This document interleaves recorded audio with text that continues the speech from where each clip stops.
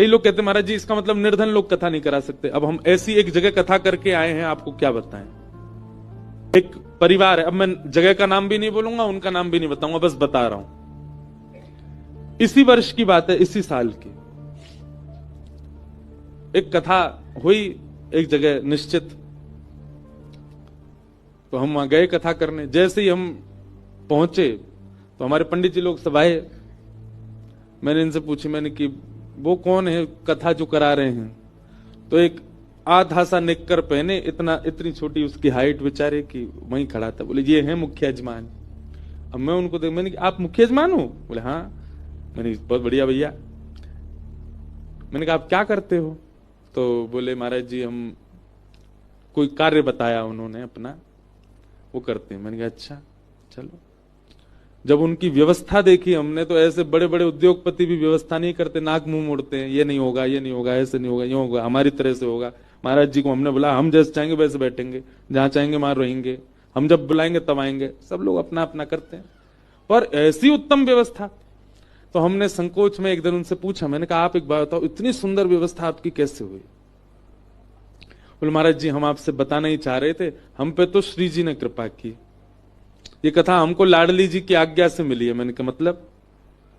बोले गलती से हमारे अकाउंट में 50 लाख रुपए आ गए। मैंने कहा हैं? बोले हाँ। बोले बैंक से हमको फोन आया, बोले बहुत बड़ा ट्रांजैक्शन हुआ आपके अकाउंट में। तो हम बैंक गए, बैंक वालों से जाके कहा भैया इतना बड़ा ट्रांजैक्शन आया, गलती से आ गया है, हमारा तो हो नहीं सकता, जिन्होंने भेजा है उनको आप कॉल करो। तो बोले कॉल किया महाराज जी, कोई वो था, कोई फाउंडेशन थी, कोई ट्रस्ट था। बोले किसी ने फोन नहीं उठाया। बोले फिर हमने उनको मैसेज डाल दिया।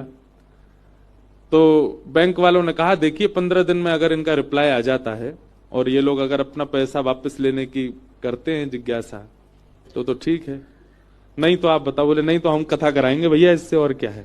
बोले महाराज जी 15 दिन तक हमने श्री राधा हे श्यामाजू हे किशोरी जी। मन में ये भी भाव था कि भाई गलत पैसा यूज नहीं करना है, वो व्यक्ति जिसका भी ये बेचारा ले वापस, लेकिन मन में हो रहा था हे श्यामाजू कथा तो हम करा लेंगे, लेकिन हमको ऐसी करानी कि पूरा शहर आवे, सबकी भोजन की व्यवस्था हो, सबका लंगर हो, सबका भंडारा हो, और हम महाराज जी कथा सुनते हैं, हम इनको पूरे इनकी मंडली आवे, सब आवे, हमारा इतना खर्चा नहीं, खर्चा व्यवस्थाओं का खूब है। तो बोले महाराज जी 15 दिन हो गए, कोई फोन कॉल। वो बैंक वाले बोले आपको तो बधाई है, अब इसका टैक्स वगैरह जमा करवा देना जो भी है। बोले महाराज जी हमने फिर मन बना लिया कि इससे 1 रुपया भी अपने घर के लिए नहीं लगाना है, सबसे बोले सब कथा में लगाना। कथा कराई, ऐसी अद्भुत कथा। फिर एक दिन बोले महाराज जी हमारे घर चलो। मैंने कि चलो। जब मैं उनके घर गया, एक बहुत संपन्न व्यक्ति के यहां किराए पे एक कमरे में रहते हैं वो। तो जब मैं घर पे गया तो नीचे जो घर के लोग स्वागत कर रहे, मैंने कि आपके परिवार? नहीं महाराज जी ये हमारे मकान मालिक हैं, हम तो उनके यहाँ किराए पे रहते हैं। मैंने कहा आपका घर कहाँ है? बोले ऊपर है, हम ऊपर छत पे हमारा कमरा, वहां रहते हैं। ऊपर ले गए, 2-3 कमरे थे, वहां हॉल था, और उनके यहाँ सच में हृदय से ऐसा भाव आया कि सच में इनकी कथा श्री जी ने ही करवाई।